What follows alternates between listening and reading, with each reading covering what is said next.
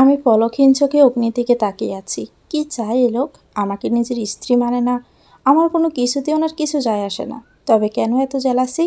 আমার চোখ থেকে দু ফোঁটা জল গড়িয়ে পড়ে আমি তখনও অগ্নির দিকে পলকহীনভাবে তাকিয়ে আছি। অগ্নির চোখজোড়াও আমার চোখের মাঝে ডুবে।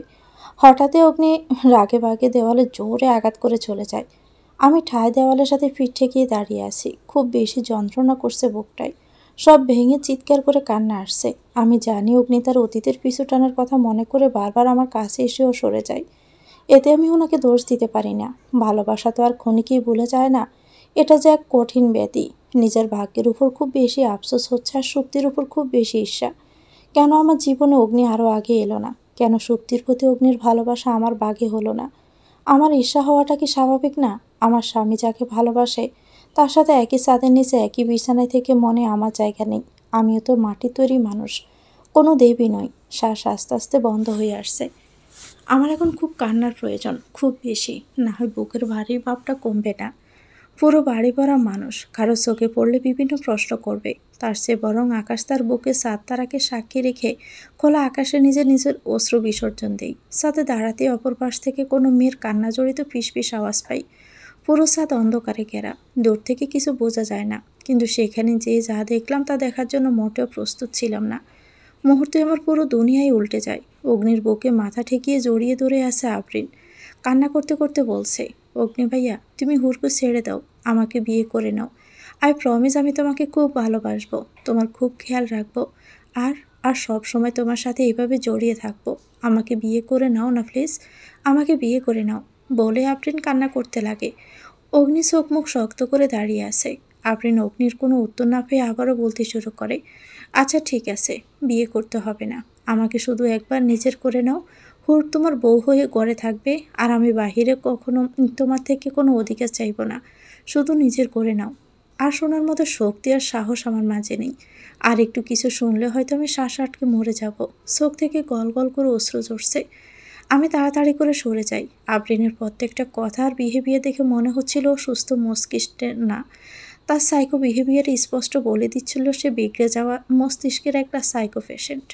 আমি বাগানের সাইডে পুকুরের পাড়ে দাঁড়িয়ে এক মনে পুকুরের দিকে তাকিয়ে আসি। পুকুর পাড়ের হালকা লাইটের আলোতে অনেকটা স্পষ্ট। কিছুতেই নিজের চোখের জল থামাতে পারছি না।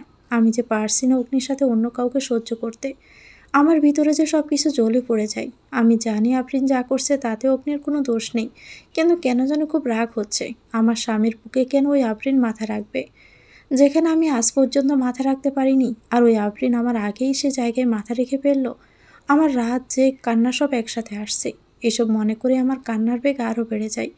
এমন সময় হঠাৎ কেউ পিছন থেকে আমার হাত মুচড়ে ধরে, সাথে সাথে হাতের ছুঁড়িগুলো মটমট করে ভেঙে ঢুকে যায়। আমি প্রচণ্ড ব্যথায় আহ করে চিৎকার দিয়ে উঠি। পিছনের মানুষটা একজন মেয়ে, আর তা যে আফরিনই আমি নিশ্চিত। এখানে আমার প্রতি এত রাগ ক্ষোভ শুধু একজনেরই, তা হলো আফরিনের। আমার থেকে লম্বা আর স্বাস্থ্যবান হওয়ায় আমি নিজেকে তার থেকে ছাড়াতে পারছি না।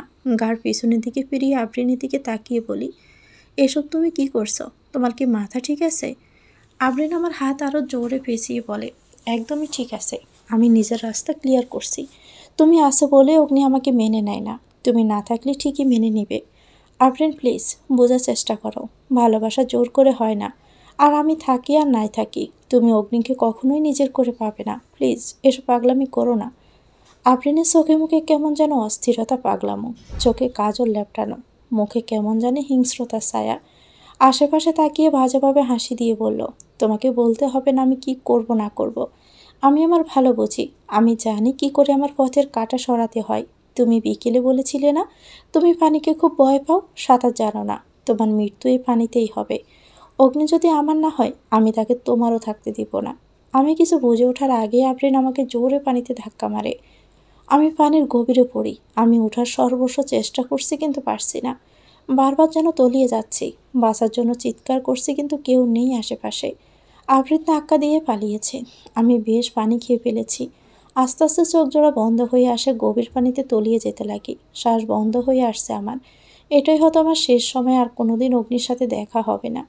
জ্ঞান ফিরতেই নিজেকে হসপিটালের বিছানায় পাই, হাতে ক্যানোলা করা, অসহ্য মাথা ব্যথা আর শরীর ব্যথা। হাত পা নাড়াতে পারছি না। হঠাৎই রাতের কথা মনে পড়ে যায়। আমি তো পানিতে ছিলাম, এখানে আসলাম কি করে? কে নিয়ে এসেছে? মনে হাজারো প্রশ্ন। আশেপাশে চোখ বোলাতে দেখতে পাই অগ্নি আমার হাতে মাথা রেখে ঘুমিয়ে আছে, চোখগুলো ফুলে আছে। আমি হাত নাড়া দিতে ওনার ঘুম ভেঙে যায়, দরপড় করে উঠে বসে। অস্থির হয়ে আমার গালে হাত রেখে একের পর এক প্রশ্ন করতে শুরু করে। এখন কেমন লাগছে? খুব খারাপ লাগছে কি? কোথায় কষ্ট হচ্ছে আমাকে বলো। ওয়েট, আমি এখনই ডক্টরকে ডেকে আনছি। কথা শেষ করে যেতে নাই, আমি পিছন থেকে ওনার হাত আটকে ফেলি। ওনাকে খুব করে বলতে ইচ্ছে করছে, এই যে এই বুকে খুব ব্যথা করছে, আর এই ব্যথা আপনার ভালোবাসাই সেরে যাবে, কিন্তু তা বলতে পারি না, লজ্জা ভয় গলা চেপে ধরে। আমি কষ্ট করে ঠোঁটে হাসির রেখা টেনে বলি, যেতে হবে না, আমি একদম ঠিক আছি। উনি স্বস্তির নিঃশ্বাস পেলে আমার পাশের চেয়ার টেনে বসে পড়ে।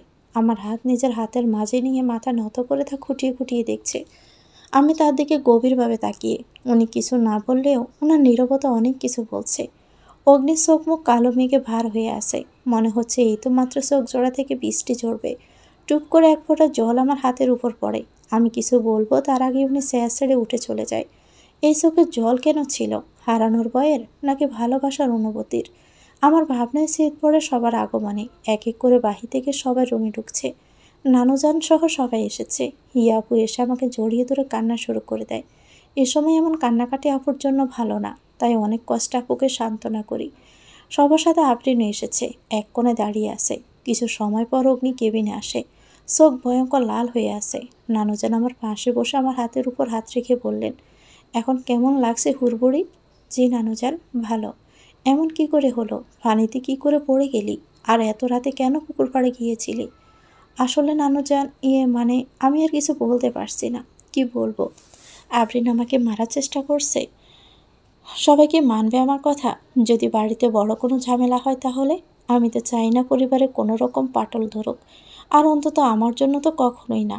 আমি কিছু বলবো তার আগে আফরিন বলে, দাদিজান, আর কেন ঈশান ভাইয়ের সাথে দেখা করতে গিয়েছে? আমি নিঃস্বকে দেখেছি ঈশান ভাইয়ার হুটকে পুকুর পাড়ে, একে অপরের খুব কাছাকাছি। তারা তো পুরো পার্টিতেও একসাথে ছিল, সবাই দেখেছে। আমি আফরিনের কথা যেন আকাশ থেকে পড়ি। এই মেয়ে নিজেকে বাঁচানোর জন্য আমার উপর এত বড় অপবাদ দিতে পারলো? এত নিজ কেউ কী করে হয়? আমি কান্না করতে লাগে। পাশ থেকে ঈশান ভাইয়ার আগে চেঁচিয়ে বললেন, আফরিন, কেন শুধু শুধু মিথ্যে বানিয়ে বলছ? আমি পুকুর পাড়ে কখন ছিলাম? আফরিন আরও আত্মবিশ্বাসী হয়ে বলল, জি ভাইয়া, আপনি মিথ্যে কেন বলছেন? আমি নিঃস্বকে দেখেছি, আপনি হুরকে জড়িয়ে ধরে আছেন।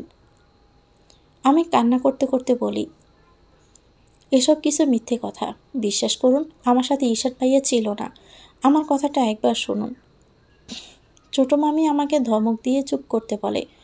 সবার সামনে চেঁচিয়ে বললেন, তোমার মতো মিডল ক্লাস মেয়েদের নেশার সম্পর্কে আমাদের ভালোই জানা আছে। বড়লোক ছেলে দেখলে রং রং করে ফাঁসিয়ে ফেলো। মামির কথায় আমার কান্না যেন আরও বেড়ে যায়। অগ্নির দিকে তাকিয়ে দেখে রাগে চোখ মুখ শক্ত করে আসে। তবে কি উনিও তাই মনে করে আমি ঈশান ভাইয়ের সাথে ছিলাম? রাগ লজ্জায় আমি মাথা নত করে চোখের জল ফেলি। হঠাৎই ঘর কাঁপিয়ে ঠাস করে থাপ্পড়ের আওয়াজ কানে আসে। আমি সঙ্গে সঙ্গে মাথা তুলে তাকিয়ে দেখি আফরিন নিচে পড়ে আছে। অগ্নি ভয়ঙ্কর রেগে ওনার চোখ থেকে যেন আগুনের ফুলকা বের হচ্ছে। অগ্নি আফরিনের কাছে গিয়ে আবার তার চুল টেনে উঠিয়ে আরেকটা থাপ্পড় মারে। কেবিনের কেউ অগ্নিকে আটকাতে পারছে না। আমি হতবাক হয়ে শুধু তাকিয়ে আছি। অগ্নি আফরিনের দিকে বারবার তেড়ে যাচ্ছে তাকে মারার জন্য। কেবিনের সবাই তাকে ধরে বেঁধে রাখতে পারছে না। আশেপাশের মানুষজন ভিড় করছে। আমার উঠে যাওয়ার মতো অবস্থা নেই, হাতে চ্যালেঞ্জ চলছে। আমি বারবার চেঁচিয়ে অগ্নিকে থামতে বলছি, কিন্তু কে শুনে কার কথা? ছোট মামি আফরিনের গা ঢাকা দিয়ে সামনে দাঁড়িয়ে আছে। অগ্নি চেঁচিয়ে বলছে, ওর সাহস কী করে হয় হুরকে এসব বলার? ওর জিব্বানি টেনে ছেড়ব। ছোট মামি তেলে বেগুনে জ্বলে উঠে বললেন, তোমার বউ রাত বেরাতে ছেলেদের সাথে ঢলাঢলি করবে, আমার মেয়ে বললেই দোষ? আফরিন ভুল কি বলেছে? অগ্নি দমকে সরে বললেন, ভুল কি বলেছে মানে? হুরের সম্পর্কে আর একটা বাজে কথা বললে আমি ভুলে যাব আপনি আমার কিছু হন। আপনি আপনার মেয়ের কুকীর্তি সম্পর্কে সব জানেন?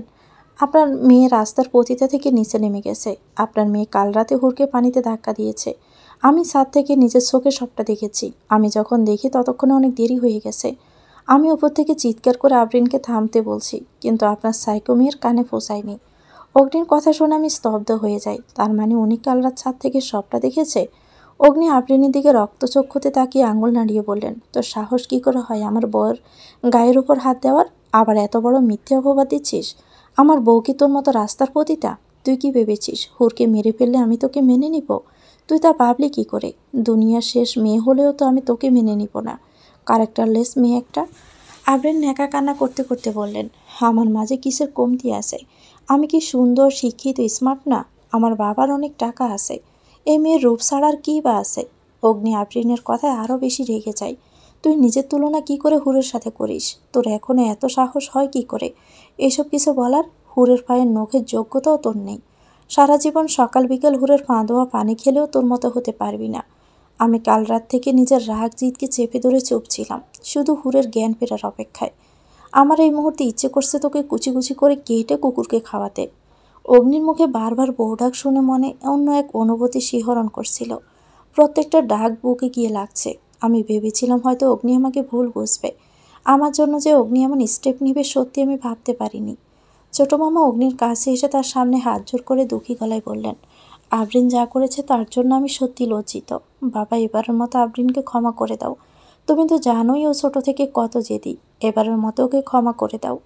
অগ্নির আগে ফুঁসতে ফুঁসতে বললেন, এই আপনাদের এই আশকারার জন্যই তো ও এত বেড়েছে। সরি টু সে, মামা, আপনারা আপনাদের মেয়েকে মানুষ করতে পারেননি। আজ তো অমানুষ হয়েছে। আর আবরিন, তুই আমার থেকে আর আমার বউ থেকে 100 হাত দূরে থাকবি। তোর জন্য লাস্ট ওয়ার্নিং। নানুজান সব শুনে বুকে হাত দিয়ে বসে আছে। আবরিনের এমন কাজ নানুজানকে খুব লজ্জায় ফেলে দিয়েছে। বাড়ির সবাই অগ্নির রাগের সামনে মাথা নত করে চুপ করে আছে। অগ্নির রাগ সম্পর্কে ছোট বড় সবার বেশ ধারণা আছে। অগ্নি সবাইকে জানিয়ে দেয় আমরা আর ওই বাড়িতে ফিরছি না, হসপিটাল থেকে ঢাকায় রওনা হব। তা শুনে নানুজান কান্না শুরু করে। সবাই অগ্নিকে বোঝানোর চেষ্টা করে কিন্তু অগ্নি শুনতে নারাজ। ইয়াস আপু খুব করে রিকোয়েস্ট করছে কিন্তু কে শুনে কার কথা। এক এক করে সবাই রুম থেকে বেরিয়ে যায়। আপু আর অগ্নি আমার পাশে বসে এখনও রাগে পশপশ করছে। পরিস্থিতি খুব বাজে মন নিচ্ছে দেখে আমি অগ্নিকে বললাম, শুনুন না, প্লিজ এমন করবেন না। কাল যা হয়েছে তা তো আবরিন করেছে, এতে বাকি সবার দোষ কোথায়? প্লিজ এমন জিদ করবেন না। উনি জাজালো গলায় বললেন, যদি তোমার কিছু হয়ে যেত? আমার কিছু হয়নি তো। এ দেখেন আমি একদম ঠিক আছি। কিছুক্ষণ পর দৌড়াতেও পারবো। আমার সাথে পাজলামি করছো? তোমার মনে হচ্ছে আমি পাজলামি করার মোডে আছি? আমি মাথা দুপাশে দুলিয়ে উত্তর দিলাম, না না, একদমই না। আপনি তো সব সময়ের মতো একদমই সিরিয়াস মোডে আছেন। আমি কি সাধে আপনার নাম রাক্ষসরাজ দিয়েছি? উনি আমার দিকে বড় বড় চোখ করে দেখালেন। আমি ছোট ডুক গিলে ভয়ে ভয়ে মুখের হাসি রেখা টেনে বললাম, ডোন্ট মাইন্ড, আমি তো এমনিতে মজা করছিলাম। আচ্ছা এসব সারণ, শুনুন আমার কথা। উনি আমার দিকে গোমড়া মুখ করে তাকিয়ে আছে। আমি সেদিকে খুব একটা তোয়াক্কা না করে আদুরে গলায় বলি, শুনুন না প্লিজ। হুম, বলেন, কি শোনাবেন আপনি? আমরা ইয়াশা আপুর বিয়ের পর ঢাকায় ফিরব। প্লিজ, না করতে পারবেন না। আপু সহ সবাই কত আশা করে আছে। যদি আমরা ঢাকায় ফিরে যাই তবে বিয়ে আনন্দটাই মাটি হয়ে যাবে। প্লিজ, আপনি এমন কিছু করবেন না, প্লিজ। কথা শেষ করে আমি ঠোঁট উল্টিয়ে ওনার দিকে চাতক পাখির মতো তাকিয়ে আছি। উনি কিছুক্ষণ আমার দিকে রাগী দৃষ্টি নিক্ষেপ করে কেবিন থেকে বেরিয়ে যায়। আমি খুশিতে আত্মহারা হয়ে যাই, নাচতে ইচ্ছে করছে। যদি তা এই মুহূর্তে সম্ভব হতো। আমি না জানি উনি আমার কথা ফেলতে পারবে না, কারণ ওনার অন্তরাত্মা তার অনুমতি তাকে দিবে না। না মানে একদমই না। এতদিনে ওনার সাথে থেকে এতটুকু তো ওনাকে চিনেছি। শত হোক, আমি তো আমার রাক্ষস রাজের হুর রানী। আমি বেডে গা এলিয়ে বসে আছি। আপু আমার পাশে বসে আছে। আপুর ডাকে আমি চোখ খুলি। আপু আমার হাত নিজের হাতে নিয়ে বললেন, হুর, একটা কথা বলবো? আপু, অনুমতির কি আছে, জাস্ট বলে ফেলো। কাল আমার মনের অনেক বড় একটা বোঝা হালকা হয়েছে। তোর বিয়ের পরদিন যেদিন আমরা বাড়িতে যাই, আপুর সাথে তোর সেদিন ঝামেলা হওয়ায় জানতে পারি মা তোকে বিয়েতে ব্ল্যাকমেল করে বাধ্য করেছে। নিজেকে ভিতরে ভিতরে খুব অপরাধী মনে হয়েছিল। আমার জন্য তো জীবন নষ্ট হয়েছে, কিন্তু কালকের পর বুকের সব বোঝা হালকা হয়েছে। মনে হচ্ছে যা হয়েছে ভালো হয়েছে। তুই একজন পারফেক্ট লাইফ পার্টনার পেয়েছিস, যে তোকে খুব ভালোবাসে, সম্মান করে। কাল আমরা কেউ জানতাম না তুই পুকুরে পড়েছিস। অগ্নিভাইয়ের চিৎকার চেঁচামেচিতে আমরা বাহিরে আসি। অগ্নিভাইয়া পাগলের মতো তোকে ডেকে যাচ্ছে, বিলাপ করছে, নিজের কোলে করে হসপিটাল পর্যন্ত নিয়ে আসছে। গাড়িতে তোকে কোলে নিয়েছিল। হসপিটালে সারা রাত এক ভাই ভেজা কাপড়ে কেবিনের সামনে দাঁড়িয়েছিল। জ্ঞান ফেরার আগ পর্যন্ত চটপট করছিল। বারবার ডক্টরকে বারবার শুধু একটা কথাই বলে যাচ্ছিল, আমার হুরের জ্ঞান ফিরবে কখন? আমার হুর ঠিক আছে তো? আপুর কথা শুনে আমি স্তব্ধ হয়ে বসে আছি। আপু কি বললো বুঝতে পারছি না। আমার কি বলা উচিত আপুকে? চোখ থেকে পানি গড়িয়ে পড়ছে। ফিটফিট চোখের সামনে তাকিয়ে আছি। এই মুহূর্তে বেডের থেকে উঠে হেঁটে যাওয়া পর্যন্ত আমার কাছে যুদ্ধ সমান। শরীরে সামান্যতম শক্তি নেই। অগ্নি ডক্টরের সাথে কথা বলতে ডাক্তারের চেম্বারে গেছে। আমি মনে আসমান সমান শক্তি নিয়ে সামনের দিকে এক পা আগাই। দ্বিতীয় পা ফেলার আগেই মাথা ঘুরে পড়ে যেতে নেই। এমন সময় কেউ আমার কোমর জড়িয়ে ধরে, নিজের বুকে আশ্রয় দেয়। তার শরীরের মিষ্টি ঘ্রাণ আমার খুব পরিচিত। আমার মাথায় কিছু সময় হাত বুলিয়ে হুট করে আমাকে নিজের কোলে তুলে নেয়।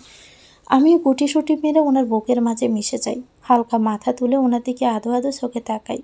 উনি আমার দিকে গম্ভীরভাবে তাকিয়ে সামনের দিকে বড় বড় পা ফেলতে ফেলতে গম্ভীর কণ্ঠে বললেন, এত তাড়া কিসের? একটু কি আমার আসার অপেক্ষা করা যায়নি?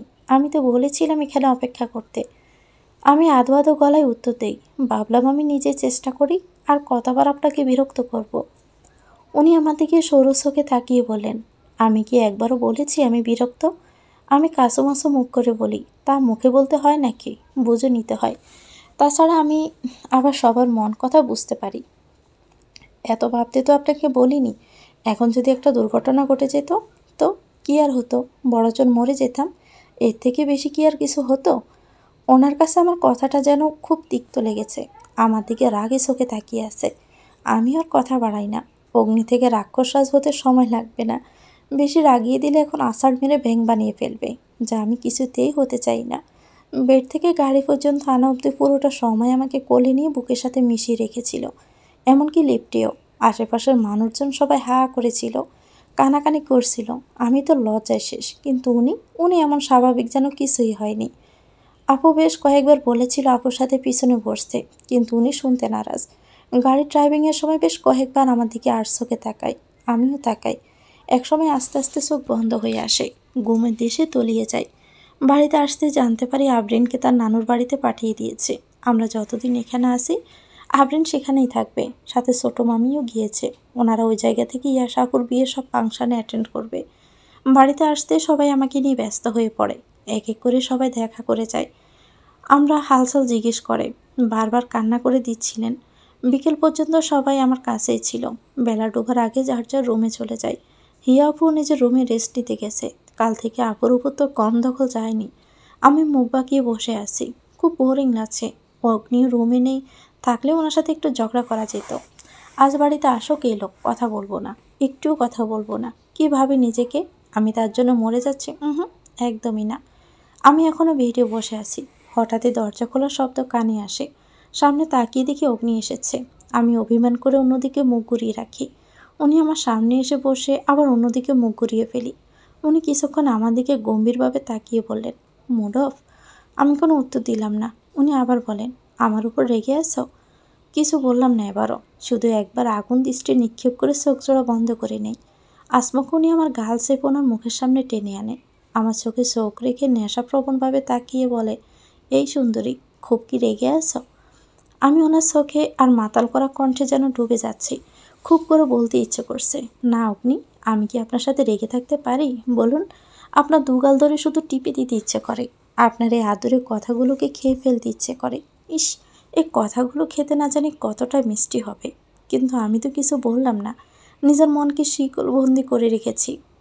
আমি রাগ করলেই কি, আর না করলেই কি? আপনার কি কিছু আসে যায়? আমি কি আপনার কিছু হই?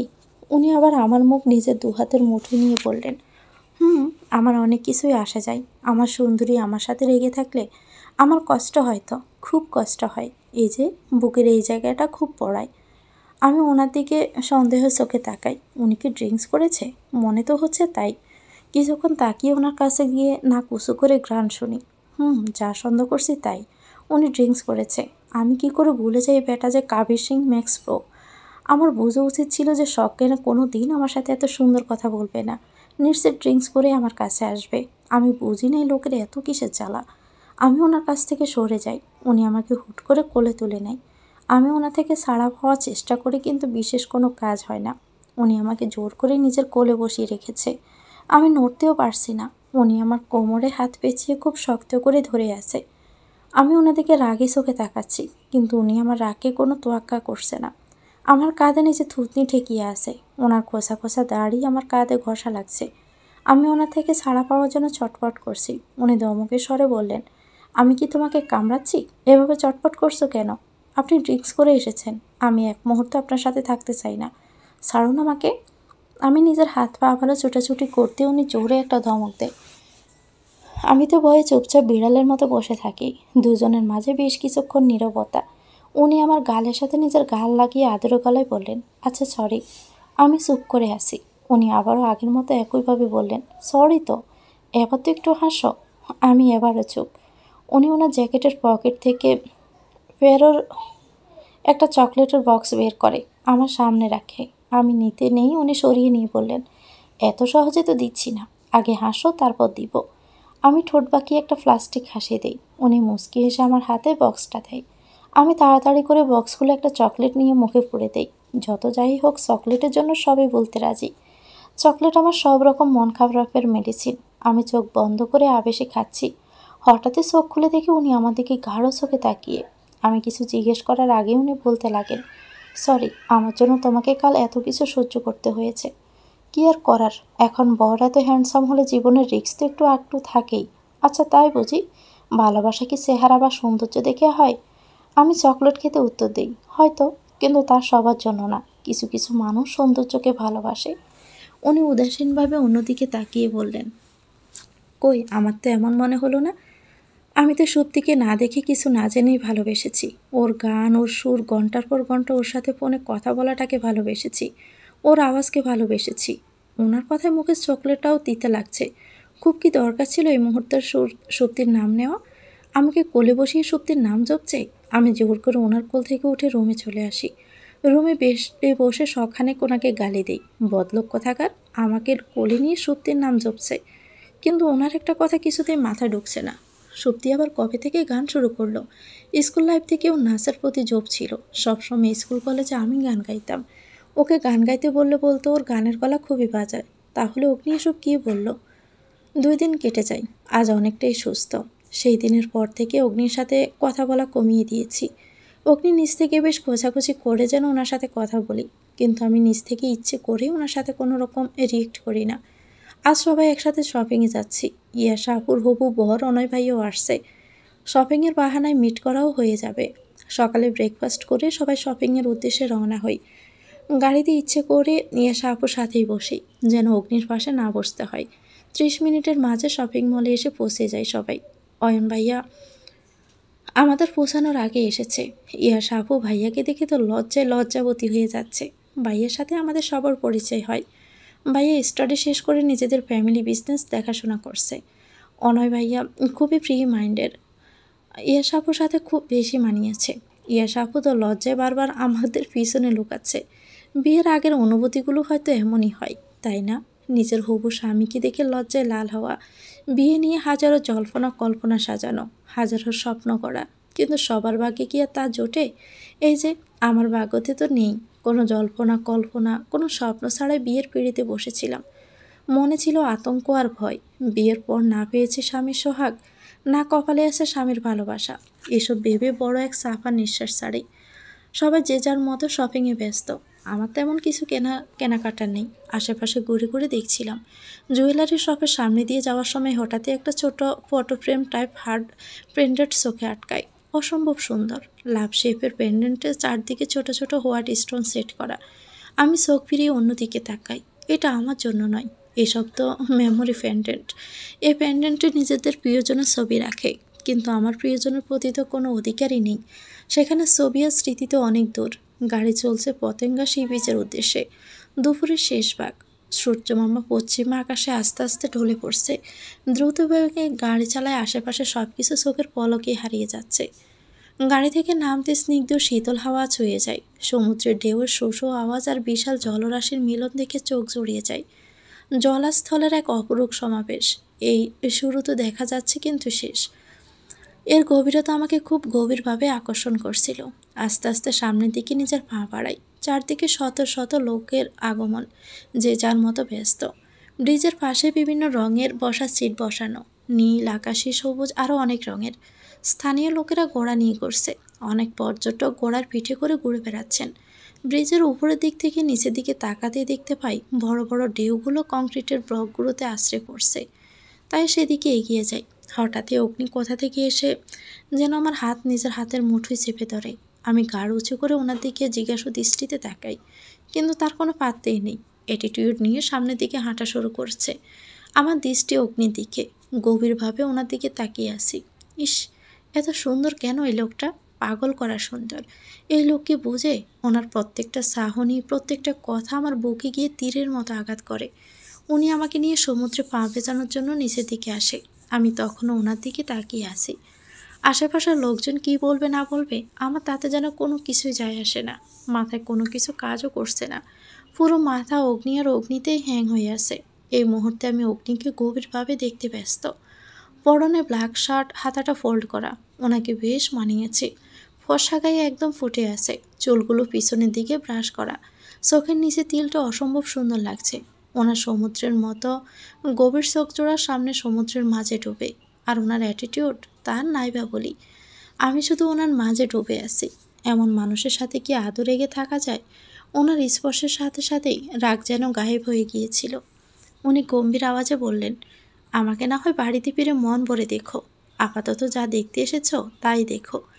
আমি তো লজ্জায় চোখ নামিয়ে নেই। ইস, কিসের লজ্জা! এভাবে না ধরে খেলেও হতো। উনি তো সামনের দিকে তাকিয়েছিল, তাহলে উনি কি করে জানলো আমি ওনার দিকে তাকিয়ে আছি? ম্যাজিক হয়তোবা। আশেপাশে চোখ যেতে দেখতে পাই জায়গায় জায়গায় কপতিরা গভীরভাবে জড়িয়ে আছে। সমুদ্রের ওই অপরূপ সুন্দর দৃশ্য উপভোগ করছে। আমি চোখ ঘুরিয়ে ঘুরিয়ে তা দেখছি। আচমকাই অনুভব করলাম অগ্নি আমার কোমর টেনে মাঝের গ্যাপ পূর্ণ করছে। আমি ওনার দিকে মাথা তুলে তাকিয়ে দেখি উনি খুব স্বাভাবিকভাবে সামনের দিকে তাকিয়ে আছে। আমিও নিজে থেকে একটু দুঃসাহস দেখিয়ে অগ্নির হাতের আঙ্গুলের ভাঁজে নিজের আঙ্গুল গুঁজে দেই। ওনার কাঁধে নিজের মাথা রাখি। উনি কি এতে রেগে গেছেন? রাগলে রাগুক, তাতে কি?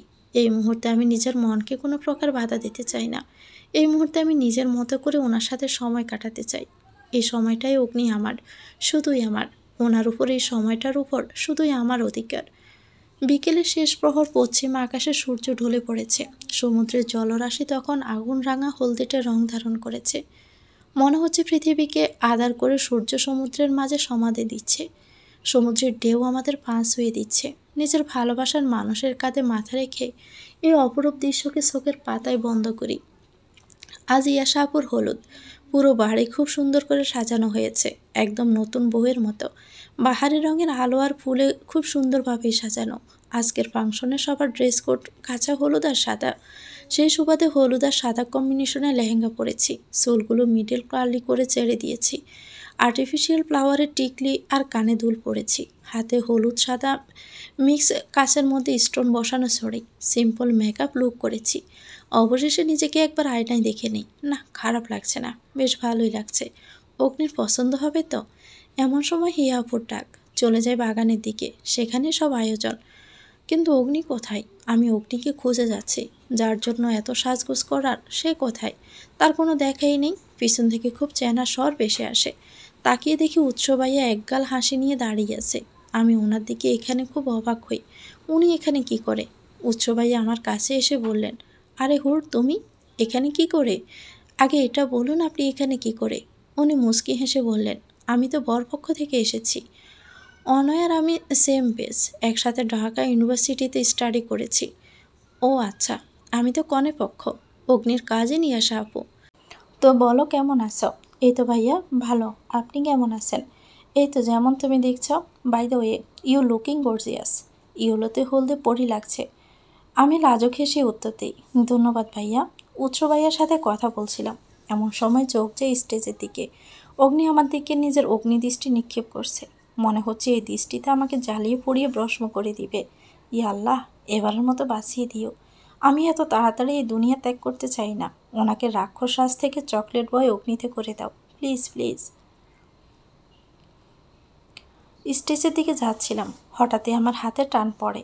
কিছু বুঝে ওঠার আগেই আমাকে অন্ধকারে টেনে নিয়ে যায়। আমার আর বুঝতে বাকি রইল না এটা কে। অগ্নি ছাড়া অন্য কেউ হতেই পারে না।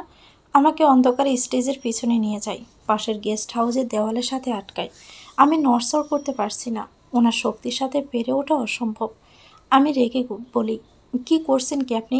এমন বিহেভ কেন করছেন? উনি আমার চেয়ে দ্বিগুণ রেগে উত্তর দেয়, কেন? আমার স্পর্শ ভালো লাগছে না? আমার কাছাকাছি থাকা ভালো লাগছে না? কে যা তা বলছেন, ছাড়ুন আমাকে। ও, আমার স্পর্শ, আমার কাছে থাকা এসব ভালো লাগছে না, না? একটু আগে তো খুব হেসে দুলে উৎসের সাথে কথা বলছিলে। তখন তো তোমার চেহারা এমন বিরক্তি দেখা যায়নি। এখন কেন তাহলে? আপনি কি পাগল হয়ে গিয়েছেন? এসব কি বলছেন? আর তাছাড়া আমি যদি এমন কিছু করেও থাকি তাহলে আপনার সমস্যাটা কোথায়? উনি পাশের দেওয়ালে জোরে ঘুষি মেরে রেগে বললেন, আমার সমস্যা কোথায় মানে? আমার সমস্যা আছে, 100 বার আছে। তুমি কেন উৎসের সাথে হেসে হেসে কথা বলবে? তো রেগে কথা বলতে বলছেন? বাই দ্য ওয়ে, আপনি কি জেলাস? কিন্তু কেন? আপনি তো আমাকে নিজের স্ত্রী মানেনই না, আর না আমাকে ভালোবাসেন। তো আমি অন্য কারোর সাথে থাকা না থাকায় আপনার কি যায় আসে? আমি তোমার সব প্রশ্নের উত্তর দিতে বাধ্য নই। তুমি উৎসর সাথে কথা বলবে না ব্যাস। উৎস ভাইয়ের সাথে কথা বলবো না, ঈশান ভাইয়ের সাথে কথা বলবো। আসলে আপনি কি চান বলুন তো? কেন আমার উপর বারবার এমন অধিকার বোধ দেখান? আপনার নিজের উপর আমার কতটুকু অধিকার খাটাতে দেন?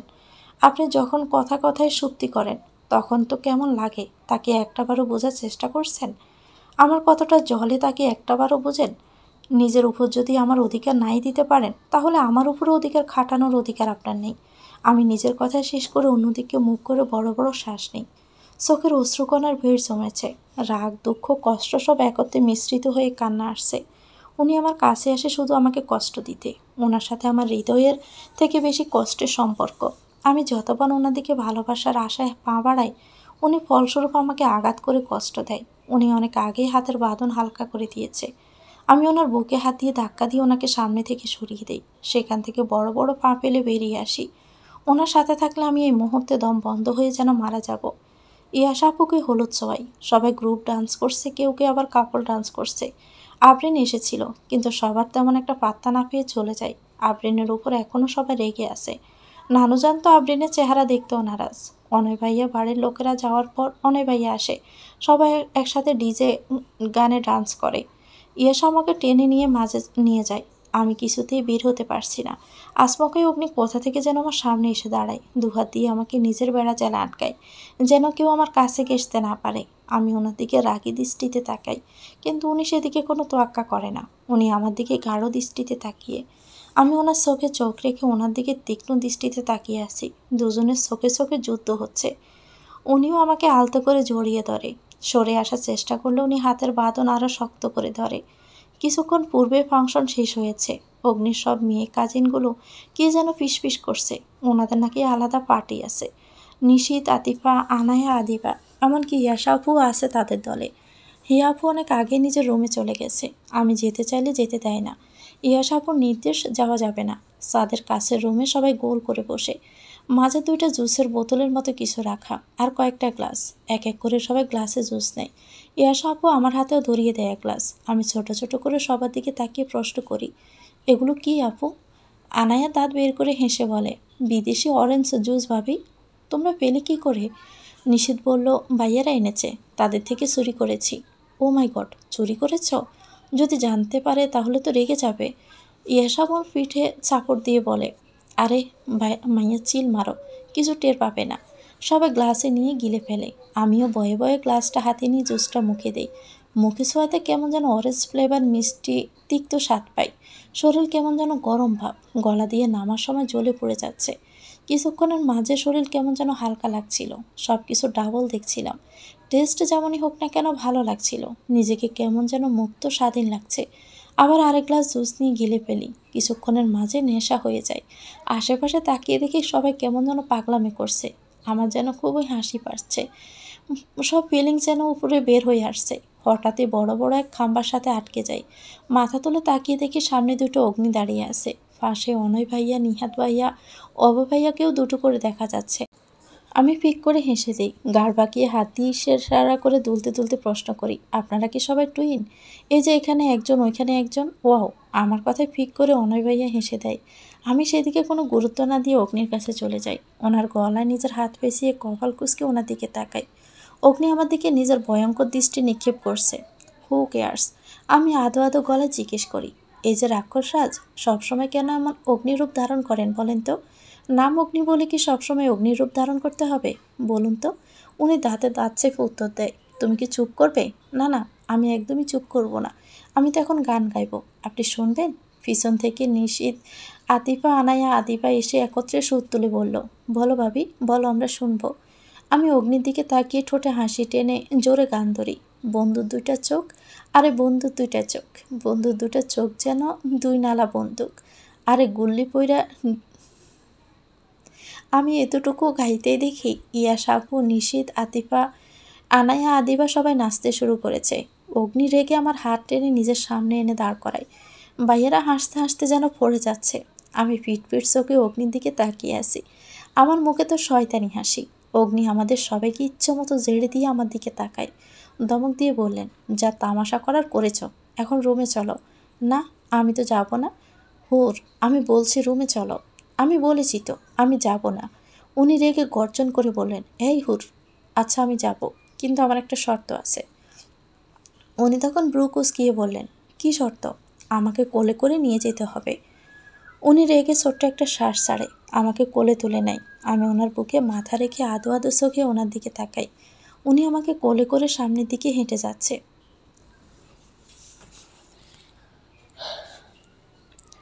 অগ্নি ধপ করে ওনার বিছানায় আমাকে ফেলে।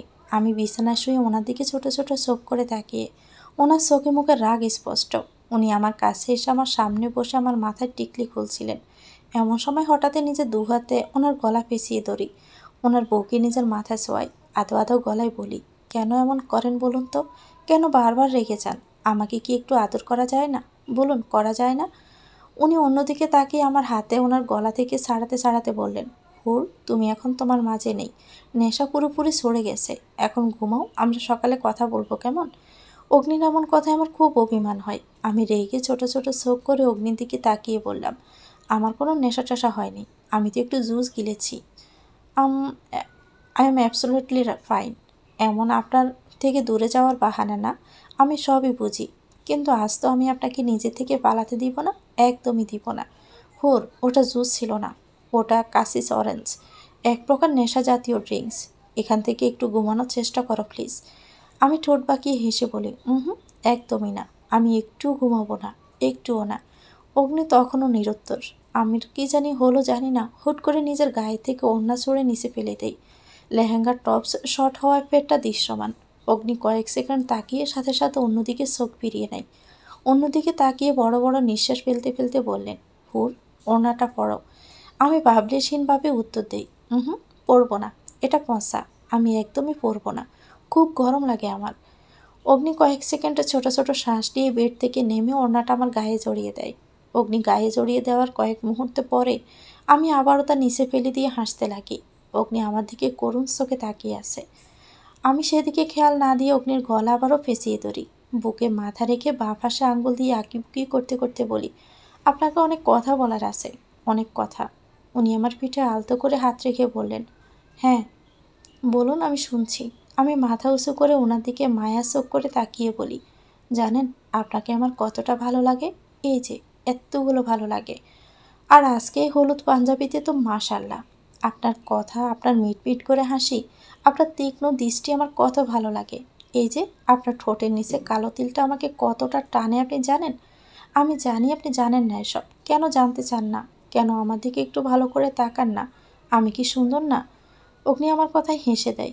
আলতো কোলে আমার এক গালে নিজের হাত রেখে আমার চোখে চোখ রেখে মাতাল গলায় বললেন, হুর, তোমার নিজেরও জানা নেই তুমি কতটা সুন্দরী, মাথায় আগুন ধরিয়ে দেওয়ার মতো সুন্দরী, যার থেকে শোক সরানো বড্ড তাই। সকালবেলা যখন আমার সামনে ভেজা চুলে দাঁড়াও, চুলের পানিগুলো তখন তোমার পিঠ ছুঁয়ে দেয়, সেই দৃশ্য আমাকে কতটা অগোছালো করে দেয় তোমার কোনো আইডিয়া আছে? মাঝে মাঝে মনে হয় তুমি আমার সেই কত আগে চেনা, কত পুরনো সম্পর্ক তোমার সাথে। তোমার ঠোঁটের হাসিতে এক অদ্ভুত শক্তি আছে, নিমিষে সামনে থাকা মানুষের সব মন খারাপ উধাও করে স্নিগ্ধতায় ভরিয়ে দেওয়ার শক্তি। আমি ওনার কথায় মজে গিয়েছি। দিন দুনিয়া আমার কোনো কিছুর যেন খেয়াল নেই। আজ ইচ্ছে করছে নিজেকে ওনার সামনে বিলীন করে দেই। যদি এতে শাস্তিস্বরূপ আমার মৃত্যু হয় তাই সই। এই এক রাতের জন্য আমি শতবার মৃত্যু স্বাদ ভোগ করতে রাজি।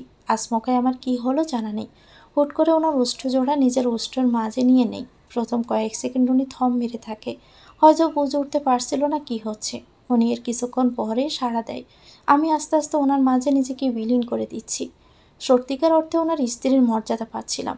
আজ যেন আমার ভালোবাসা সত্যিকার অর্থে পূর্ণতা পাচ্ছে। ভালোবাসার এক নতুন সাগরে ভেসে যাচ্ছিলাম। সকালের মিষ্টি রোদে দুষ্ট আলো মুখের উপর পড়তে আমার ঘুম ভাঙে। মাথা প্রচণ্ড রকম ব্যথা করছে, পুরো মাথা ভ্যানিশ হয়ে আছে। কিছু সময় থম মেরে বসে থাকার পর রাতের কথা পুরোপুরি মনে আসে। আমি পাশে তাকিয়ে দেখি অগ্নি নেই। সারা রুমে চোখ বুলিয়ে দেখি রুমের আসবাবপত্র ফুলদানি ভাঙা। এসব কে করেছে? অগ্নি? কিন্তু কেন? ওয়াশরুমেও নেই, রুমে নেই, তবে কি বারান্দার দিকটাই আছে? আমি আর কিছু চিন্তা না করে বারান্দার দিকে দ্রুত পায়ে যাই। আমি যা ভেবেছি তাই। হ্যাঁ, অগ্নি দাঁড়ানো। আমি ঝট করে ছুটে গিয়ে অগ্নিকে পিছন থেকে শার্ট খামচে গভীরভাবে জড়িয়ে ধরি। বড় বড় শ্বাস ফেলতে লাগি। ভয় হচ্ছিল, ভেবেছিলাম উনি আমাকে ছেড়ে চলে গেছে। আমি কান্না জড়িত গলায় বলি, I love you, I love you. আমি আপনাকে ভালোবাসি। আপনি বুঝেন না কেন বারবার আমাকে কাছে এসে এভাবে ছেড়ে চলে যান? বলে আরও শক্ত করে ওনাকে জড়িয়ে ধরি। অগ্নির কোনো সাড়া শব্দ নেই। বেশ কিছু সময় কেটে যায়। আমি অগ্নির হাত ধরতে টের পাই হাতটা ভেজা ভেজা। আমি নিজের হাতের দিকে তাকিয়ে দেখি রক্ত। আমি তাড়াতাড়ি করে ওনাকে টেনে বিছানায় বসাই। ড্রেসিং টেবিলের শেষ নিচের ড্রয়ারে পাই মেডিসিন এনে ওনার পায়ে একটু হাঁটু গেড়ে বসে পড়ি। হাত অনেকটা কেটে গেছে, মনে হচ্ছে কাছের কোনো কিছু শক্ত করে চেপে ধরছিল। খুব সাবধানতার সাথে তা পরিষ্কার করি, হাতে ব্যান্ডেজ করে দিতে লাগি। হঠাৎ উনি শীতল কণ্ঠে বললেন, সরি হুর, কাল রাতে যা কিছু হয়েছে সব কিছুর জন্য সরি। কাল আমিও কিছুটা ড্রাগস খেলাম, নেশার করে তোমার সাথেই ভুল করে ফেলেছি। ওনার কথা আমি স্তব্ধ হয়ে বসে আছি। কি বলবো কোনো ভাষা খুঁজে পাচ্ছিলাম না। উনি আবার বলতে শুরু করলেন, আমি বারবার তোমার প্রতি দুর্বল হয়ে পড়ছি। যতবার তোমার কাছে আসি আমার প্রথম ভালোবাসার কথা স্মরণ হয়। আমি কোথাও তোমাকে খুঁজে পাই না। বারবার আমার ভালোবাসার কথা মনে পড়ে। গত রাতেও তাই হয়েছে। আমি তোমাকে ঠকাতে চাই না হুর, কিন্তু সত্যি তো এটাই, আমি তোমাকে ভালোবাসি না। তোমার প্রতি জাস্ট আমার অ্যাট্রাকশন আছে। তুমি ভালোবাসা ডিজার্ভ করো, যা আমি কোনোদিন তোমাকে দিতে পারবো না। কিন্তু হ্যাঁ, আমি তোমাকে ঠকাতে পারবো না। নিজের ভুলের মাসুল আমি দিব, তোমার প্রাপ্য অধিকার আমি তোমাকে দিব, কিন্তু কখনো ভালোবাসতে পারবো না। আমি ভাবলেশীনভাবে ওনার দিকে তাকিয়ে আছি। ওনার চোখের জল, চোখ মুখ লাল হয়ে আছে। চোখে মুখে স্পষ্ট অপরাধ বোধ। উনি মাথা নিচু করে বসে আছে। আমি শীতল কণ্ঠে বললাম, আপনি বলেছেন আপনি আমাকে ভালোবাসেন না। হ্যাঁ, আমি মানলাম। আমি তো আপনার থেকে দূরে ছিলাম। তাহলে কেন আমাকে নিজের মায়ায় পেলেন? কেন আমার এত কেয়ার করলেন? কেন আমাকে ভালোবাসতে বাধ্য করলেন বলুন? উনি এখনও চুপ করে আছে। ওনার কোনো উত্তর নেই। আমি কান্না করতে করতে বলি, আমি জানি আপনার কাছে কোনো উত্তর নেই, আর না থাকবে। আসলে ভুল আমারই ছিল যে আমি আবার কাউকে ভালোবাসার অপরাধ করেছি। আমার বোঝা উচিত ছিল ভালোবাসা আমার জন্য নয়। আপনি বলেছেন আমাকে ভালোবাসেন না। হ্যাঁ, মানলাম, নেই আমার জন্য ভালোবাসা। তাহলে কেন বারবার আমার উপর নিজের অধিকার খাটাতে আসেন?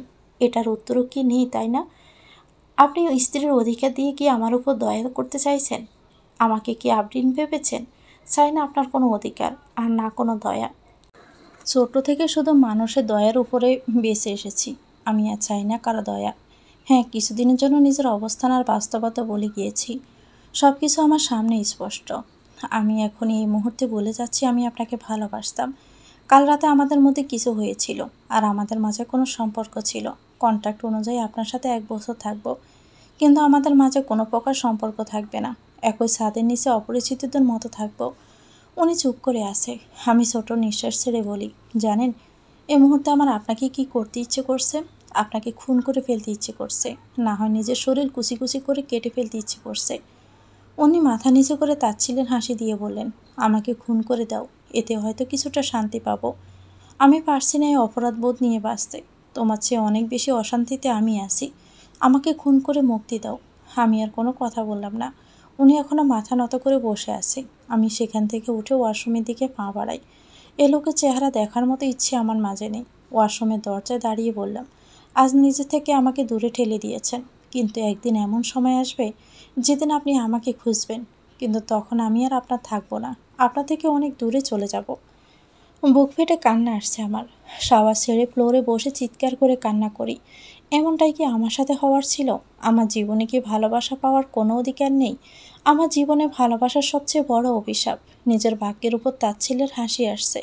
আমাদের স্বামী স্ত্রীর পবিত্র সম্পর্কটা অগ্নির কাছে ছেলে খেলা। তার মনে আমার জন্য কোনো অনুভূতি নেই, ভালোবাসা নেই। এখনও ওনার সবটা জুড়ে ওনার প্রথম ভালোবাসা রয়েছে। সিদ্ধান্ত নিলাম আমি আর কোনো দিন ওনার দিকে ফিরে তাকাবো না। যেমন সবার জন্য ভালোবাসা নয়, তেমনি আমার জন্যও না। আজ ইয়াসাপুর বিয়ে। মা ঢাকা থেকে ভোর সকালে পৌঁছিয়েছে। নাস্তার টেবিলে মায়ের সাথে দেখা। মাকে দেখে মনে হচ্ছে কিছুটা অসুস্থ। মাকে জিজ্ঞেস করলে মা বললেন তেমন কিছু না, কাজের স্টেজে এমন দেখাচ্ছে। সবাই বারবার জিজ্ঞেস করছিল আমার চোখ মুখ কেমন লাল, কেন, কি হয়েছে, ঠিকমতো ঘুম হয়নি। এই বাহানা দিয়ে সবাইকে কাটিয়ে দেই। সকালে নাস্তার টেবিলে অগ্নি থেকে দেখা যায় না। সে আমার কে হয়, তার কোনো খোঁজ নিবই বা কেন। দুপুরে মেকআপ আর্টিস্টরা বাড়িতে আসেন, বাড়ির সব মেয়েরা সাজগোজ করছে। মা আমাকে আর আপুকে জোর করে পাঠালেন। মায়ের সামনে আমার কোনো বাহানা কাজ করলো না। অবশেষে ইচ্ছে না থাকা সত্ত্বেও সাজতে হয়। ব্লাশ পিঙ্ক কালারের গ্রাউন্ড পরে বাড়ির মেকআপ করে কার্টুন সেজে দাঁড়িয়ে আছি বেনুর এক কর্নারে। অগ্নি কোথায়, কোথায় অগ্নি? প্রত্যেকবারই মৌন থেকেছি, সবসময় মৌন মানে সম্মতি নয়। মা অগ্নির জন্য খুব টেনশন করছেন, যদিও আমার অগ্নিকে নিয়ে কোনো মাথা ব্যথা নেই। কিন্তু মায়ের চিন্তিত চেহারা দেখে দোয়া করছে যেন সহি সালামতে বাড়ি ফিরে আসে। দরজার দিকে চোখ যেতে দেখে অগ্নি কাছের দরজার বাহিরে দাঁড়িয়ে কারোর সাথে ফোনে কথা বলছে। কালো শুটে এসেছে, চুলগুলো স্টাইল করে ব্রাশ করা। লোকের ওপর গলে যেতাম, কিন্তু এই মুহূর্তে আমার ওনাকে জাস্ট অসহ্য লাগছে। আজ সকালের পর তো ওনার চেহারা দেখাটাও আমার জন্য জুলুম হয়ে যাচ্ছে। আমি আর ওনার পিছু নিব না, আর কষ্টও পাবো না আমি। কোনো একজনের জন্য কারো জীবন থেমে থাকে না। আমি আগের মতো হাসবো, খেলবো, গাইবো, কিন্তু বুকের কোথাও সে ক্ষতটা ছেদ করে ওঠে। আমি ওনা থেকে মুখ ফিরিয়ে নিই, আপুর পাশে গিয়ে বসি। আপু আয়েশ করে আইসক্রিম খাচ্ছে। এই পর্যন্ত দুটো হয়ে গেছে।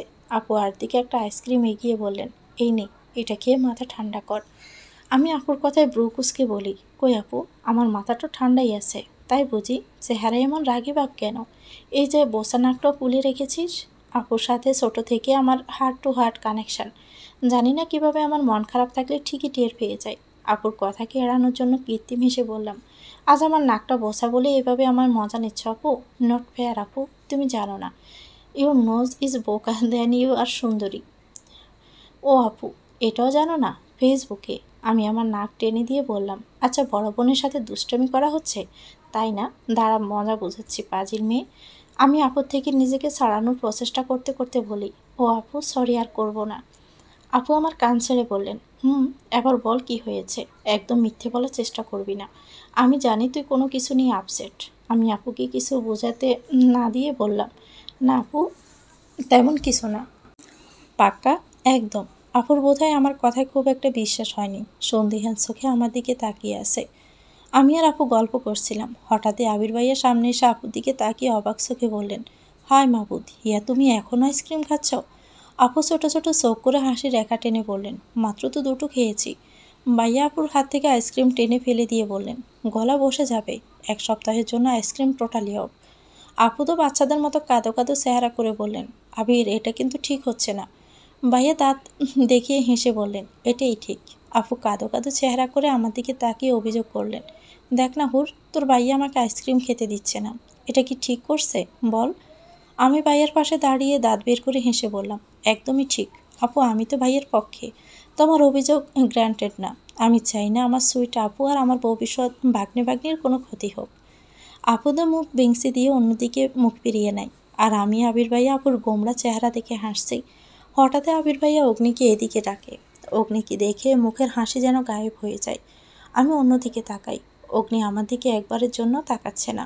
হয়তো লজ্জা আর অপরাধবোধ ওনার মাঝে কাজ করছে। আমি ওনার সামনে বেশি সময় ওনার সামনে দাঁড়ালাম না।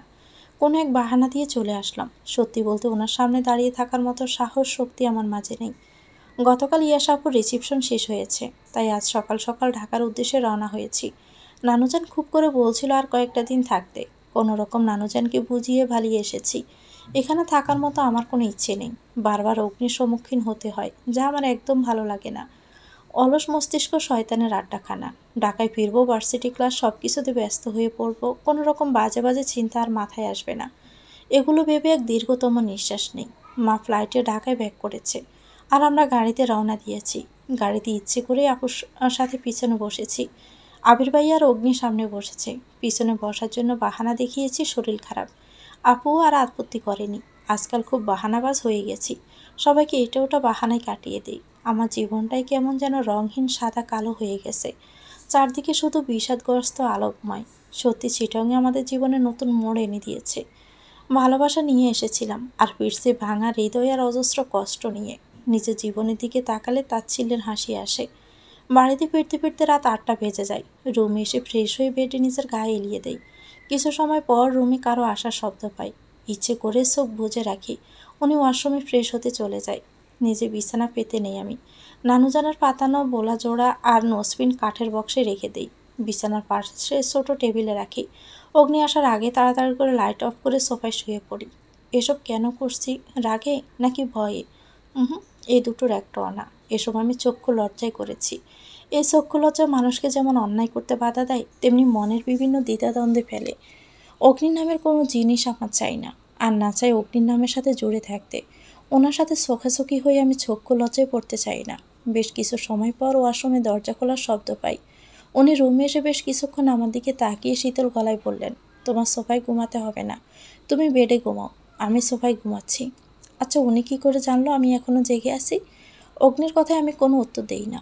অগ্নি আরও কিছুক্ষণ আমার দিকে উত্তরের আশায় তাকিয়ে থাকে। আমার কোনো জবাব না পেয়ে উনি বিছানার দিকে এগিয়ে যায়। কিছুক্ষণ পর ঝাঁঝালো গলায় বললেন, এটা কি? এগুলো নানুজন তোমাকে দিয়েছিল? এগুলো খুলে এখানে কেন রেখেছ? আমি এবারও কোনো উত্তর দেইনি।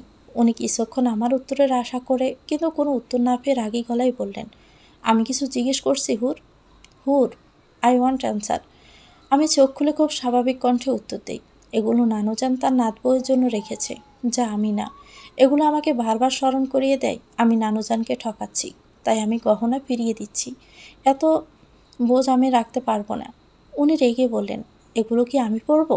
আপনি পরবেন নাকি আপনার ভবিষ্যৎ স্ত্রীকে দিবেন, সেটা আপনার একান্ত নিজস্ব ব্যাপার। অন্যদিকে পাশ ফিরে চোখ বন্ধ করে নেই। কিছুক্ষণ পর বিকট এক আওয়াজ কানে আসে। উনি কি গহনার বক্স মাটিতে আসার মেরেছে? মারুক, তাতে আমার কি? ওনা যা ইচ্ছে করুক, আমার ওনাকে নিয়ে কোনো প্রকার মাথা ব্যথা নেই। অগ্নির ঘুম ভাঙার আগে ভার্সিটির জন্য রেডি হয়ে নেই। বাড়ি থেকে বের হওয়ার সময় মায়ের সামনে পড়ে। মায়ের বিভিন্ন প্রশ্নের সম্মুখীন হতে হয়। মাকে মিথ্যে বললাম যে আমার আজ একটু তাড়াতাড়ি যেতে হবে। মার বাধা দিল না। ভার্সিটিতে পৌঁছায় 9টায়। এখনও ক্লাস শুরু হতে আরও 2 ঘন্টা বাকি। আসমকের মাথায় একটা বুদ্ধি আসে। দ্রুত ব্যাগ থেকে ফোন বের করে শেফাকে আসতে বলি। শেফার বাড়ি ভার্সিটির পাশে হয়, সে 20 মিনিটেই চলে আসে। এই মেয়ের এটা অনেক আগের অভ্যেস, আমাকে যেখানে দেখবে এভাবে জড়িয়ে ধরবে। দুজনে ক্যান্টিনের দিকে যাই। সেখানে হাউসফুল, ক্যাম্পাসে ছেলেদের আড্ডা, তাই বাধ্য হয়ে ফিরে আসতে হয়। দুজন লাইব্রেরির দিকে যাই। পুরো লাইব্রেরি ফাঁকা, কেউ নেই। আমি আর শেফা এক কোণায় বসে পড়ি। কয়েকদিন দেখা হয়নি শেফার সাথে, কিন্তু মনে হচ্ছে কত কাল পর দেখা হচ্ছে। হঠাৎই শেফার ফোনটা বেজে ওঠে। ফোন হাতে নিয়ে চেক করতে শেফা লাফিয়ে উঠে উচ্ছ্বসিত পরে বলে, উফ, বেঁচে আছে, বেঁচে আছে। লাইব্রেরিয়ান ধমকের সুরে চুপ করতে বললেন। শেফা চুপ করে যায়। আমি সাফা ধমকের স্বরে শেফাকে বললাম, কি হয়েছে? এমন ইঁদুরের মতো চেঁচাচ্ছিস কেন? কে বেঁচে আছে? আরে ইয়ার, আর বলিস না, এক পাগলের সাথে রিলেশনে আছি। কথায় কথায় শুধু সুইসাইডের হুমকি দেয়। কাল রাতে ফোন রিসিভ করতে লেট হয়েছে বলে হুমকি দিয়েছিল। তাই ভয়ে ছিলাম যদি সত্যি সত্যি সুইসাইড করে নেয়। এখন দেখি আবার মেসেজ দিয়েছে, তার মানে বেঁচে আছে। যাক বাবা, টেনশন থেকে মুক্তি পেলাম। এটা তোর কয় নাম্বার বয়ফ্রেন্ড যেন? ওয়েট, গুনে বলছি, 1 2 3 4 5। ও হ্যাঁ, 5 number. 5 number boyfriend? Like seriously? কেমনে পারিস তুই এসব? মানে কেমনে বল একবার। ট্যালেন্ট, বুঝলি? ট্যালেন্ট, যা সবার ভিতরে নেই। আহা, ট্যালেন্ট, কারো মন নিয়ে খেলা ট্যালেন্ট?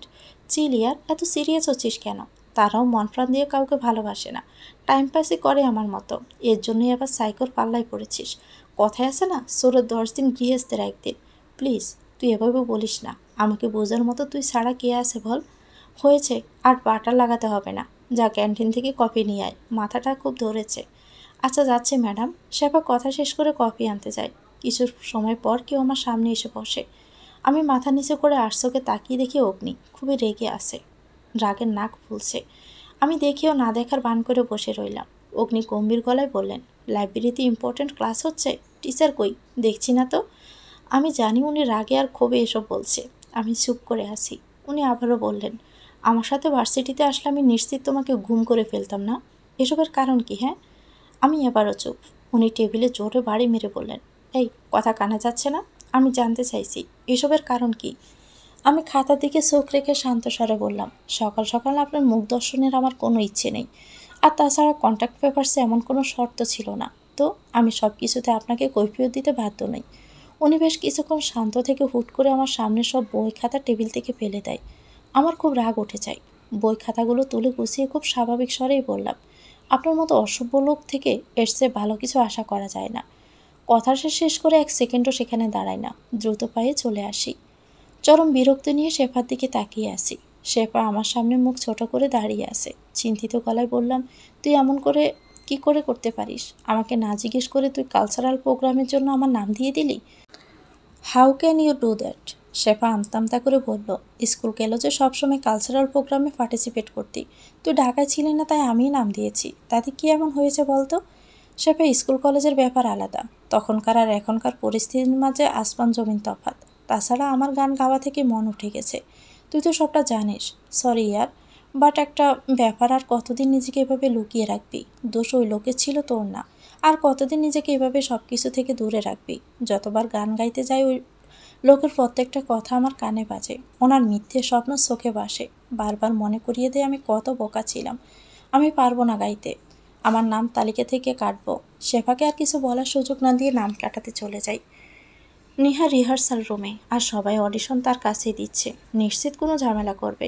আমার ভাবতে দেরি, কিন্তু শয়তানের ডাক পড়তে দেরি হলো না। নিহা আমাকে ডাকছে, ইচ্ছে না থাকার পরেও যেতে হলো। আমি চুপচাপ দাঁড়িয়ে আছি। নিহা তার হাতের পেপারসগুলো চেক করে ভেঙাতো গলায় বলল, ওহ বেহেনজি, তুমি গান গাইবে? গান পারো নাকি? এখানে ছেলে দেখতে এসেছ? আমার ভয়ঙ্কর রকম রাগ হচ্ছে, কিন্তু নিজেকে ঠান্ডা করার চেষ্টা করে খুব স্বাভাবিক গলায় বললাম, আমি আমার নাম কাটাতে এসেছি। তালিকা থেকে আমার নামটা কেটে দিন প্লিজ। নিহা আমার উপর থেকে নিচ পর্যন্ত চোখ বুলিয়ে তাচ্ছিলের হাসি হেসে বললেন, কেন, ভয় পাচ্ছ বুঝি? অবশ্য তোমাদের মতো ছোট লোকদের কাছে তো একটা ট্যালেন্টই আছে, নিজের শরীর প্রদর্শন করে ছেলে পাশানো। যেমন করে অগ্নিকে পাশিয়েছ। কি ভেবেছিলে মানুষ অন্ধ? তাদের চোখে কিছু পড়ে না? অগ্নির সাথে গাড়ি দিয়ে চলাচল করো। যাই বলো বেহেনজি, মানতে হবে ছেলে পাশানোর ভালো ট্যালেন্ট আছে। না হয় অগ্নির মতো ছেলেকে কি করে পটাতে পারতে? এত সময় নিজেকে স্বাভাবিক রাখলো, এখন আর পারলাম না। মুখে কৃত্রিম হাসি এনে বললাম, কেন, আপনার কি আফসোস হচ্ছে আপনি পটাতে পারেননি বলে? আপনার উপর মাঝে মাঝে খুব দয়া হয়। এত কিছু করেও আপনি অগ্নির মন জয় করতে পারেননি। সিসি, কি লজ্জা! You idiot! বলে আমার উপর হাত তুলতে চাইলো। আমি হাত দিয়ে বাধা দিয়ে তার হাত মোচড় দিয়ে বলি, আপনার হাতটা একটু বেশিই নড়ে। নিজের হাত ঠিকভাবে রাখতে শিখেন, না হয় হাত ভেঙে দিয়ে আমি ভাববো না। বলে নিহার হাত ছেড়ে দিলাম। নিহা টেবিলের উপর পড়ে। এমন সময় অগ্নি রিহার্সাল রুমে প্রবেশ করে। নিহার এই অবস্থা দেখে সবার দিকে তাকিয়ে ধমকে সুরে বললেন, এখানে কি হচ্ছে? সবাই চুপ। অগ্নি আমার চিৎকার করে ধমক দিয়ে বললেন, আমি জিজ্ঞেস করছি এখানে কি হয়েছে? নিহা নেকা কান্না করতে করতে বলল, দেখো অগ্নি, এই মেয়ে কি অসভ্য, সিনিয়রদের সাথে বেয়াদবি করছে। আমাকে শুধু ধাক্কা দিয়ে ফেলে দিয়েছে। উফ, খুব ব্যথা করছে। আমি নিহার কথা শুনে অবাকের চূড়ান্ত পর্যায়ে। আমি কিছু বলতে যাব তার আগে নিহা বলল, আমি শুধু অডিশনের জন্য লাইনে দাঁড়াতে বলেছিলাম, তাই রেগে এসব করলো। সে নাকি রুলস মানবে না। আবার বলে আমি কি জানো? আমি অগ্নির খুব কাছের, আমার জন্য কোনো রুলস নেই। অগ্নি আমার দিকে তাকিয়ে বাঁকা হেসে শান্ত স্বরে বললেন, আজকাল সিনিয়রদের সম্মান করা বোধহয় ভুলে গেছেন। কখনো অপমান করছেন, কখনো মারছেন। ভার্সিটিতে এসে এসব শিক্ষা পাচ্ছেন? আমি কিছুই বললাম না। আমি জানি উনি সকালের কথাগুলোকে ইঙ্গিত করছে। ওনাকে অপমান করায় এখন রেগে আছে। উনি আমার দিকে খুব সূক্ষ্ম দৃষ্টিতে তাকিয়ে। আমি চুপ। আমি জানি আমি কিছু বললেও উনি এই মুহূর্তে শুনবে না। অগ্নি আমাকে উদ্দেশ্য করে বললেন, তুমি কালচারাল প্রোগ্রামে পার্টিসিপেট করবে না? আমি পার্টিসিপেট করব। আমি না বলেছি তুমি করবে না? আমি ওনার কথায় ওনার দিকে ছোট করে সন্দিহান চোখে তাকাই। উনি এত কিছু রেখে আমার পার্টিসিপেট করার পেছনে কেন লেগেছে? কি চাই উনি? তা জানার জন্য আগুনে ঘি ঢেলে দেই। বললাম, কেন আমি করব না? অবশ্যই করব। আপনার কোনো সমস্যা? উনি রেগে বললেন, হ্যাঁ আমার সমস্যা আছে। স্টেজে এতগুলো মানুষ হা করে তাকিয়ে থাকবে, সবার সামনে ঢ্যাং ঢ্যাং করে গান গাইবে। তা হবে না। তুমি গান গাইবে না মানে গাইবে না। এতক্ষণ ভেবেছিলাম গাইব না, কিন্তু এখন যেহেতু আপনার সমস্যা হচ্ছে তো আমি গান গাইবই গাইব। উনি রেগে বাঁকা হেসে বললেন, আমি অডিশন নিচ্ছি। আমি সিলেক্ট না করলে তুমি কি করে পার্টিসিপেট করবে? আমি কৃত্রিম হেসে বললাম, তাই বুঝি? আমি আদ্রিতা ম্যামের কাছে কমপ্লেন করব যে আপনি ইচ্ছে করে আমাকে সিলেক্ট করেননি। উনি আর কোনো কথা বললেন না, রেগে নাক ফুলিয়ে চলে যায়। আর আমার অডিশনও নেন না। আমি জানতাম ওনাকে মায়ের কথা বলে উনি আর কথা বাড়াবেন না। আমার ট্রিক্ট কাজে লেগেছে। আমি এখন থেকে তাই করব যা ওনার অপছন্দ। ছেলেরা দেখবে বলে উনি আমাকে গান গাইতে না করছে, তাই না? আমি এখন তাই করব। ওনার কথায় আমি কেন চলবো? কিসের এত অধিকার বোধ? হ্যাঁ, যে সম্পর্ক উনি মানে না সেই সম্পর্ক নিয়ে ওনার এত কেন মাথা ব্যথা? রিহার্সালের ঘটনার পর 3-4 দিন চলে যায়। আমার আর অগ্নির মাঝে এরপর আর কোনো কথা হয় না। একই বাড়িতে একই ছাদের নিচে দুজন অপরিচিতের মতো থাকি। দুজনের মাঝে শুধুই পিনপতন নীরবতা কাজ করে। আমি বরাবরের মতো অগ্নিকে ইগনোর করি। দুজনের খুবই কম চোখাচোখি হয়। অনু ঘুম থেকে ওঠার আগে ভার্সিটিতে চলে যাই। রিহার্সেলের সময়ও লুকিয়ে লুকিয়ে আসি। কোনোভাবে এই লোকের মুখোমুখি আমি হতে চাই না। আজ রিহার্সেল শেষ করে অনেক দেরি হয়ে গেছে। শেফাও অপেক্ষা করতে না পেরে চলে গেছে। আমি ভার্সিটির গেটে আসতে দেখি উৎস ভাইয়া দাঁড়িয়ে আছে। আমাকে দেখে আমার দিকে এগিয়ে আসে, একগাল হাসি নিয়ে। আমিও সৌজন্যমূলক হাসি দিলাম। উৎস ভাইয়া আমার সামনে এসে বললেন, কেমন আছো হুরপরি? আমি মুচকি হেসে বললাম, আবার নতুন নাম? উনি নিচের দিকে তাকিয়ে আলতো স্বরে বললেন, এখন তুমি মানুষটা এমন যে তোমার প্রতি রূপ নতুন নতুন নামের সন্ধান দেয়। আমি মুচকি হাসলাম। উৎস ভাইয়া আবার বললেন না কেমন আছো? জি ভাইয়া, ভালো আছি। আপনি কেমন আছেন? হ্যাঁ ভালো। তোমার সাথে কিছু কথা ছিল। যদি তোমার সমস্যা না হয় তাহলে কোথাও বসি। আমি কিছুক্ষণ চুপ থেকে হ্যাঁ বোধক মাথা নাড়লাম। ওনার চেহারা দেখে মনে হচ্ছে ইম্পর্টেন্ট কিছু। ওনার সাথে ভার্সিটির পাশে রেড রোজ ক্যাফেতে বসি। উনি কফি অর্ডার করলেন। দুজনের মাঝে নীরবতা কাজ করছে। নীরবতা ভেঙে উৎস ভাইয়া বললেন, হোর, আমার জীবনে তোমার কতটা ইম্পর্টেন্টনেস তুমি হয়তো জানো না। আমার জীবনের প্রথম প্রেম ছিল তুমি, আর হয়তো শেষও। আমি সংকুচিত স্বরে বললাম, কিন্তু ভাইয়া এখন এসব কথা মানে আর কি? আমাকে থামিয়ে উৎস ভাইয়া বললেন, আমি এখন এসব কথা কেন বলছি ভাবছো তো? এসবের দরকার আছে হুর। আমি যা বলবো তার জন্য এসব কথার প্রয়োজন আছে হুর। তোমার সবটা জানার অধিকার আছে। আমি তোমার এই অবস্থা মেনে নিতে পারছি না। উৎস ভাইয়ের কথায় আমার মনে ভয় চেপে ধরে। উৎস ভাইয়া কি আমার আর অগ্নির ব্যাপারে সবটা জেনে গেছেন? যদি মামাকে জানিয়ে দেয়? না না, আমাকে যেই করে হোক সবটা সামলিয়ে নিতে হবে।